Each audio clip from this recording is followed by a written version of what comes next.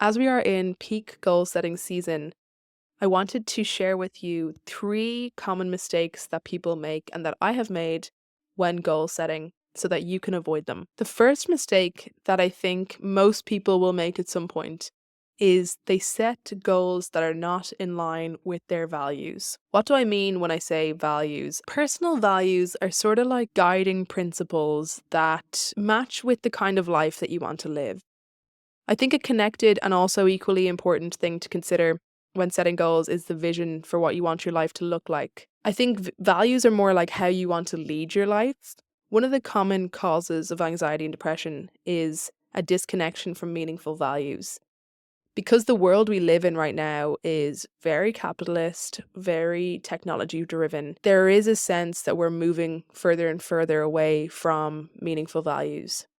That means that a lot of people are struggling and finding a lot of friction or resistance because it feels like we should be wanting those things that are in line with that world that we're living in. We should be setting goals that are to do with success and money and what people believe to be a life worth leading. But because these values are often not what we inherently value, when we achieve those goals, we have no sense of satisfaction.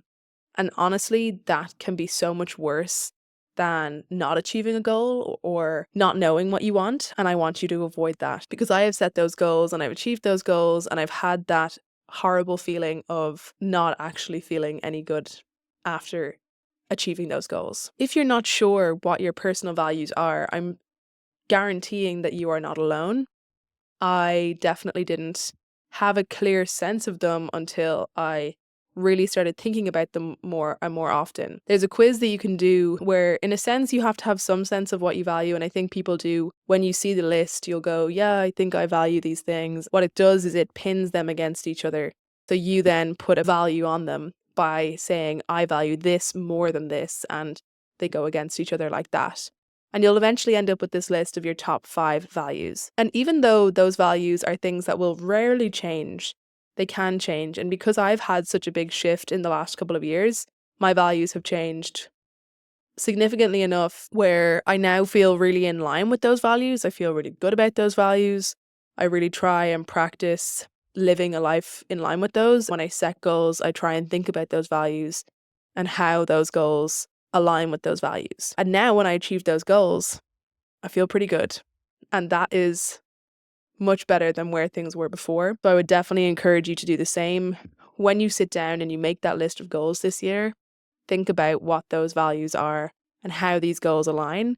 And that might help you be a bit more selective with which goals you actually decide to take action towards. The second common mistake that I see people making when they are goal setting is not making a plan for how they're actually going to achieve those goals. It might seem basic, but I think a lot of people do set goals and hope for the best and then get quite disappointed after some time has passed when you look back at your goals and realize that you haven't made any action towards them, or maybe you just can't measure that action that you have made. That is definitely something that you can avoid. There's a really, I think, solid goal setting system called the 12-week year, which enables you to work on a couple of goals really intensely for 12 weeks. The cornerstone of that is that you make a 12-week plan, and then every week you measure your progress in terms of, did you achieve the actions that you set out for that week? Are you doing the habits that you said you would do, and so on and so forth? I struggled with using this system for quite a while because it didn't line up with the task management system that I used, and I found I can only really focus on one system.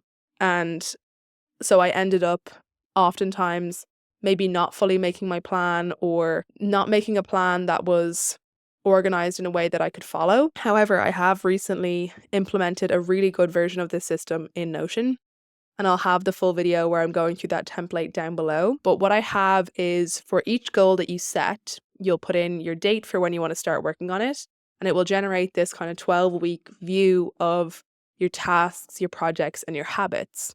Then you can either create or assign projects and tasks and habits to these different weeks.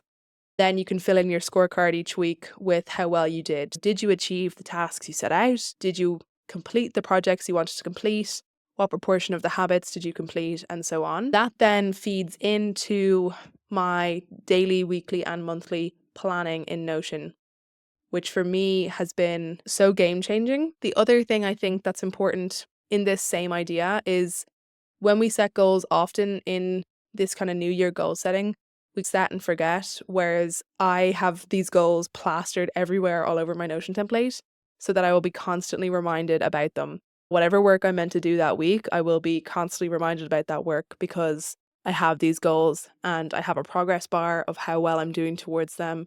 That helps me stay on track and actually want to make action towards those goals. When it comes to assigning activities and planning for those goals, I think it's really important to actually make a list of all of the different projects that need to happen and tasks that need to happen.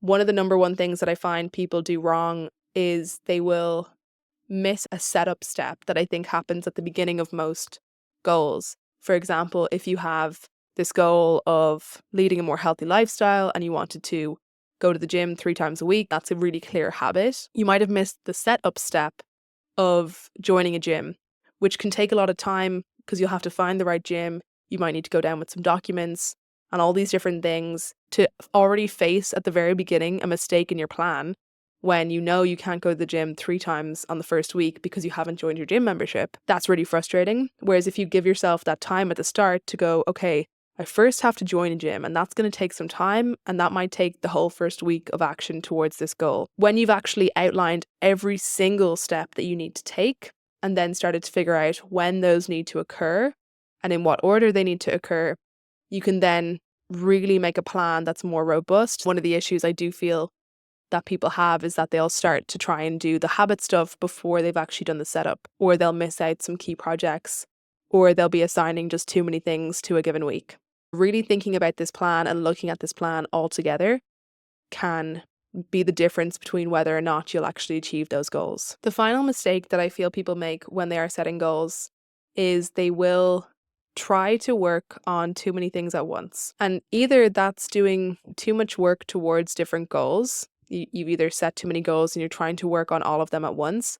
For example, when I was brainstorming goals for 2025, I put down like 18 goals. And if in January I start thinking about all those goals all at once, my head would probably explode and it's going to be really hard for me to work on any of those goals. Usually what I'll do is I will take a few goals to work on at a different season in the year. The other side of that is some of those goals will just require more time and effort than others. Some of them will not be possible at some points in the year. Having a sense of what your actual year looks like already, doing that yearly planning to figure out what is going on in your year or in your week already, to know how much time you can realistically attribute to a given goal before deciding that you're going to work on that goal. This is a big mistake that I've made in the past because the kind of work that I've been doing takes up loads of time. I hope for the best when I have stuff that I want to do. I just hope that I'm going to have this time to work on this. It's usually completely unrealistic. One thing that I find helps with that is having a clear picture of your areas of focus. What that means is all of the different areas of responsibility and all of the different commitments that you have in your life. It can take a long time to actually get that list to a level where it actually contains all of your commitments, and you'll find probably it's an ongoing process. But those will then be associated with different times of year, or there might be multiple projects throughout the year for different things. If when you're doing your yearly planning, which you'll see a video on linked somewhere here, you should have in that kind of year at a glance figured out when those types of projects are going to be coming up. And you'll then know what times of the year you can work on different things, or you can associate different amounts of time to different things, rather than, again, just trying to work on things at a time when it doesn't make sense. So if you have a goal that you know is going to take 4 hours a week, and you know that that time needs to be 4 uninterrupted hours, and you know that, okay, I don't have time in this season to work on this, but next season I will, then I think that's a better use of your time rather than forcing yourself to try and work on something that you just can't manage at this moment, because that can put a lot of things in both sides into jeopardy. That's something that I don't think will help you get to where you want to go over a long period. Those are 3 mistakes that I often see people making when they set goals, especially myself, because I've made each of these mistakes. Now I've learned enough from that I can make better choices when I'm setting goals, and I hope that you will too. I'll have linked here a video that I think would be useful for you to watch if you are planning or getting ready for the new year. And I hope to see you in the next video.